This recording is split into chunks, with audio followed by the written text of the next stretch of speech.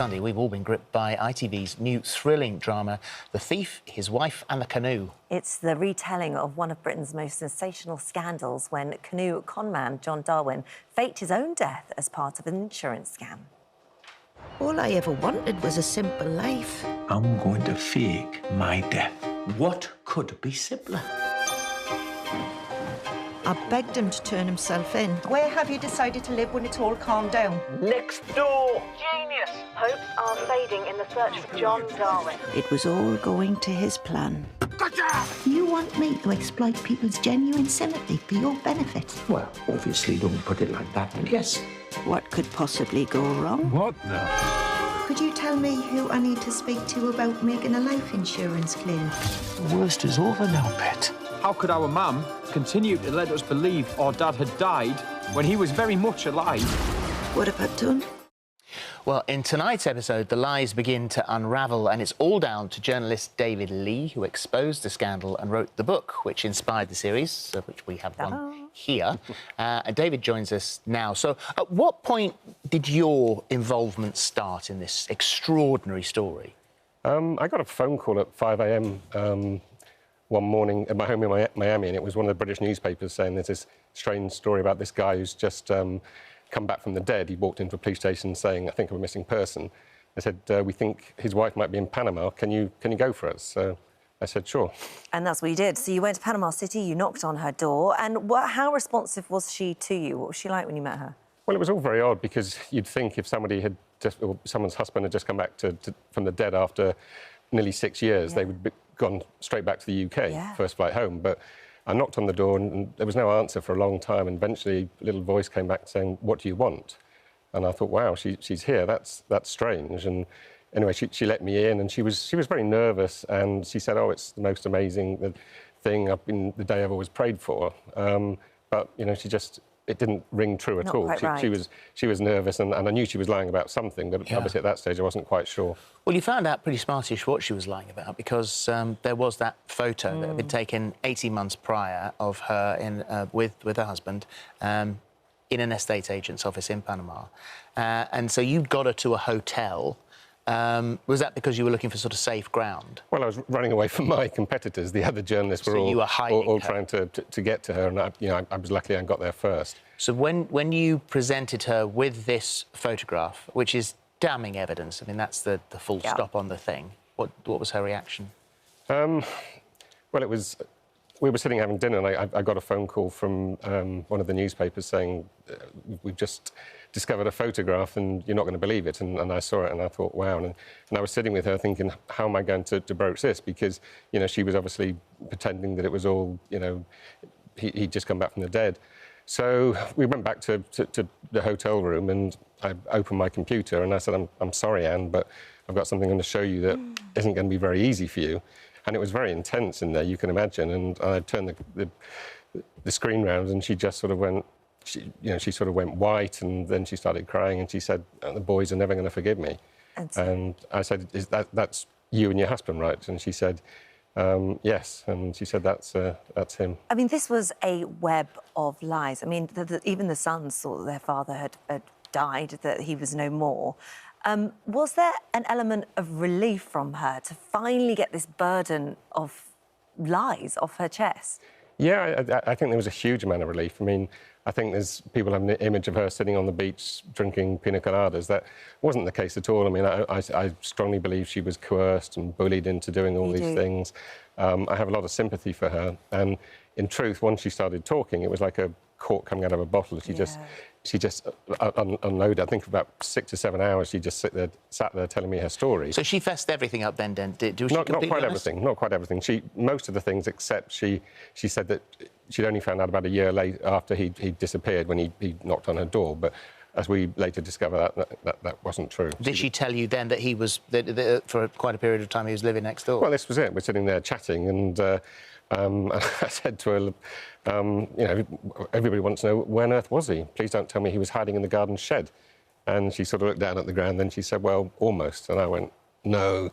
And she told me that he was living in the house next door for most of the time. So You convinced her to fly home, and of course, once she was back here in the UK, she was arrested. She pled not guilty. She relied on defence of marital coercion, which is what you just said that you agreed with. Her sons testified against her. Yeah, well, she did a very... She made a huge mistake. On the plane on the way home, we flew back to Manchester, and I said, look, it doesn't matter if you've lied to me, Anne. Now's the time to just put your hands up, take whatever punishment is coming your way, if you want to have any chance of reconciling with the boys, because obviously they issued a statement, you know, fairly harsh words, quite naturally and quite rightly. And so she said she would. She said she'd plead guilty and take her punishment. And she was terrified. I mean, she was a woman of good character, never done anything wrong in her life. And, you know, now she knew she was probably going to go to jail. And unfortunately, her lawyers delved into the law books and found this very rarely used defence of marital coercion, which has now been scrapped. It was a very archaic law, and a few years later, the laws were revamped and changed much more in favour of women. It was a crazy defence. I sat through the trial, and it was painful to watch. Never stood a chance, because one of the key elements was that she had to be, John had to be at her side at every stage of an offence being committed. And of course, they're in different countries. So, you know, I was angry, and I think had she just done the right thing, put her hands up, she would have got a much lesser sentence, maybe 2-3 years. And she wouldn't, of course, the worst thing of all, the boys were then witnesses for the prosecution, so they came and had to relive the whole thing. I mean, she got a slightly longer sentence than he did, didn't she? Well, that's because she pleaded not guilty. And he pleaded guilty. I mean, I thought the sentences were shockingly harsh for someone who basically... It was a £250,000 insurance fraud, basically. And to send someone to jail for 6.5 years... I mean, she was sent to a jail where Rose West, a serial killer, was, and other, you know, very nasty people. And I just thought it was, you know, yes, the boys were the real victims in an emotional sense, but, you know, from a criminal sense, it was the banks and the credit card companies who'd foisted these cards on her husband anyway and helped him get deep and deep into debt. She came on here. I think it's the only television interview I think that she's given, and it was obviously fascinating to meet her and talk to her. You've stayed friends with her for sort of 15 years now. What do you think of the woman? What in your mind now, having known her as a friend, what happened? I think as Chris Lang, you know, the screenwriter who wrote the brilliant script for the drama, said, you know, she's a good woman who did a bad thing. The way she behaved is in such marked contrast to the way John behaved. You know, he never really had any regret or remorse. He revelled in his notoriety. From the minute she was jailed, she began writing to the boys, begging for forgiveness. She wrote, you know, every other day, and of course those letters went unanswered for a long time. And you know, she sunk to the very depth of depression, went to the point when she was disowned by everybody and thought about, you know, doing the unthinkable. Thankfully, she went to see a psychologist, and she continued writing. And first of all, Mark came to see her, and then Anthony later came, and you know, they gradually, well, you know, it wasn't an overnight thing by any means, but you know, gradually they rebuilt their relationship. What's it like as a journalist? I mean, I know that you have a friendship with this person, and so there is a connection there. It's not nice to watch somebody's life unravel, but as a journalist, there must be a moment where you go, oh my God, I mean, you won an award for having such a huge scoop. When you know that you've got that you've beat all those competitors and you're going to break this story, what does that feel like? Well, journalistically, of course, it was fantastic. I mean, I was making front-page news day after day, and I was one step ahead of all my competitors. But emotionally, it was really difficult because, as you say, I mean, I was watching her life disintegrate by the lies she was telling me, and it was, you know, I felt for her. I mean, she was being disowned by everybody, and she was in my care, and I didn't want anything to happen to her. No. And so, yeah, it's unusual to have a relationship with, a friendship with someone who, you know, you wrote a story about. But, you know, I mean, I wrote to her and you know, I gave all the encouragement I could and went to visit her. And, you know, I'm thrilled. You know, the boys went through hell.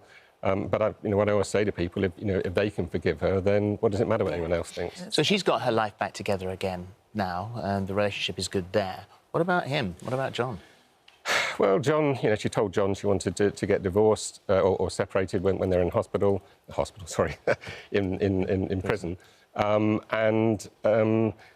know, he even when he was in prison, he was writing to women. You know, he had these sort of seedy pen friends and whatever. He was online as soon as he came out, and he met a woman online in Manila.